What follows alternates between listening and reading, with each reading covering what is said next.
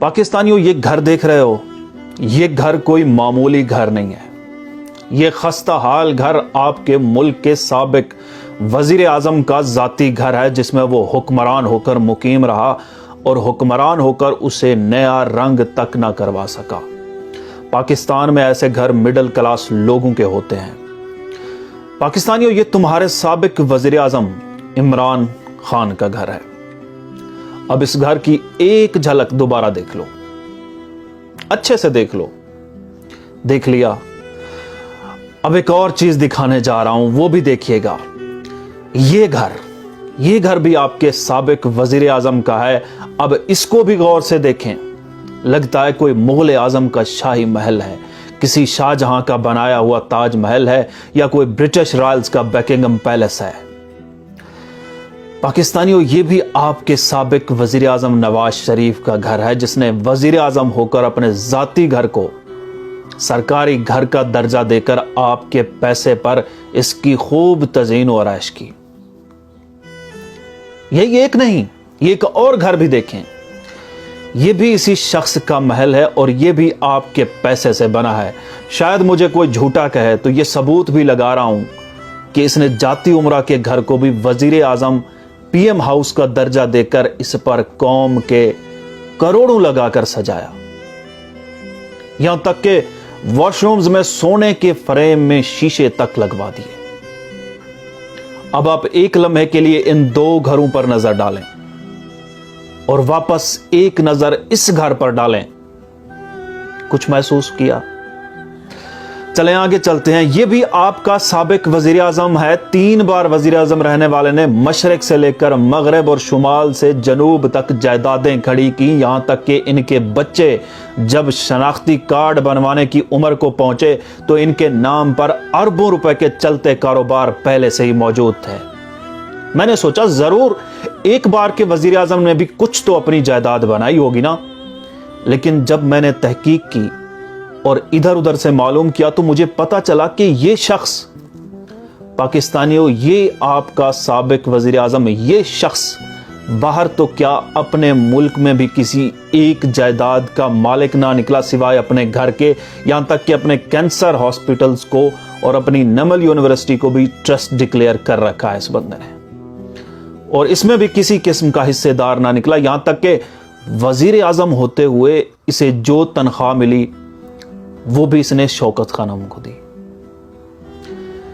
इस शख्स ने जब सियासत में कदम रखा तो इसके पास आज से भी ज्यादा जायदाद थी, इसके पास ज्यादा पैसा था, लेकिन पैसे की डिवैल्यूएशन होने के बावजूद इसको सियासत में 27 साल गुजरने के बावजूद, 2 बार सूबाई हुकूमतें करने के बावजूद, 1 बार विफाक में हुकूमत करने के बावजूद इसके पास पैसा ना बढ़ा। इस शख्स के असासों में इजाफा ना हुआ, कोई एक फैक्ट्री ना लगा सका, कोई मिल, कोई शुगर मिल, कोई कॉटन फैक्ट्री ना लगा सका। एक और बात भी अब सुनकर जाओ। ये खानदान जब सियासत में आया था तो इनके वालिद साहब उस वक्त भी एक दुकान का नाम इत्तफाक फाउंड्री रखकर वहां सरिये का काम मजदूरों से करवाया करता था। इस खानदान का सियासत में आने के बाद हर तरह का कारोबार चल पड़ा।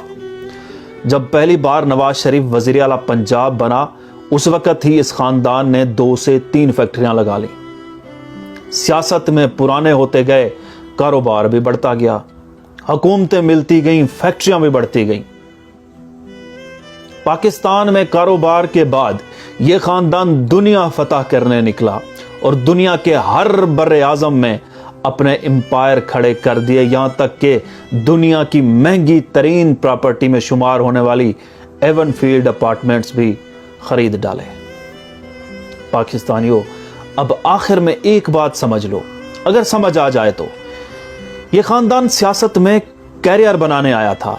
इन लोगों ने सियासत को कारोबार बनाया, बच्चे बच्चे को ओहदे दिए, अपने खानदान के हर फर्द के नाम पर शुगर मिलें, फैक्ट्रियां खड़ी की। सियासत इनका कारोबार है, जिसका सबसे बड़ा सबूत इनकी मरूसियत है। बाप के बाद बेटा पार्टी संभाल रहा है, बेटे के बाद बेटी आ जाएगी, बेटी के बाद फिर उसकी औलाद, फिर उसकी औलाद। یہ لوگ کبھی پارٹی کی صدارت اپنے گھر سے نہیں نکالیں گے، یہ لکھ کر رکھ لیں، کیونکہ یہی ایک کاروبار ہے ان لوگوں کا۔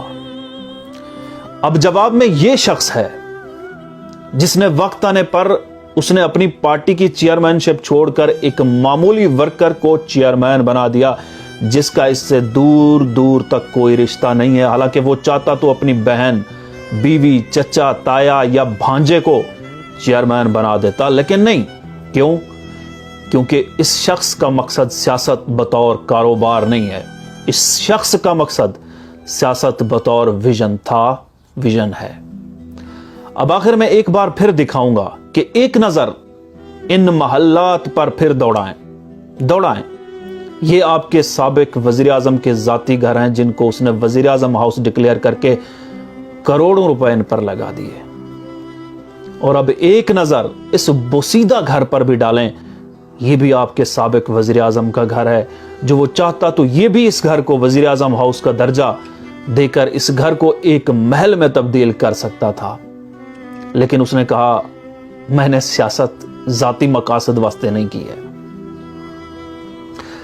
اب آخر میں پاکستانیوں ایک بات اور سن لو کہ یہ ان گھروں بلکہ ان محلات والے، بڑی فیکٹریوں والے، مشرق تا مغرب تک سیاست سے پیسہ بنا کر کاروبار کرنے والے اس خستہ حال بوسیدہ نما گھر والے پر الزام لگاتے ہیں کہ اس نے ملک کو لوٹا ہے، اس نے کرپشن کی ہے، یہ کرپٹ ہے۔ اب آپ بتائیں، جس کا نہ کوئی کاروبار ہے، نہ فیکٹری ہے، نہ باہر کوئی پراپرٹی ہے، اس نے لوٹ کر پیسے کا کیا کیا؟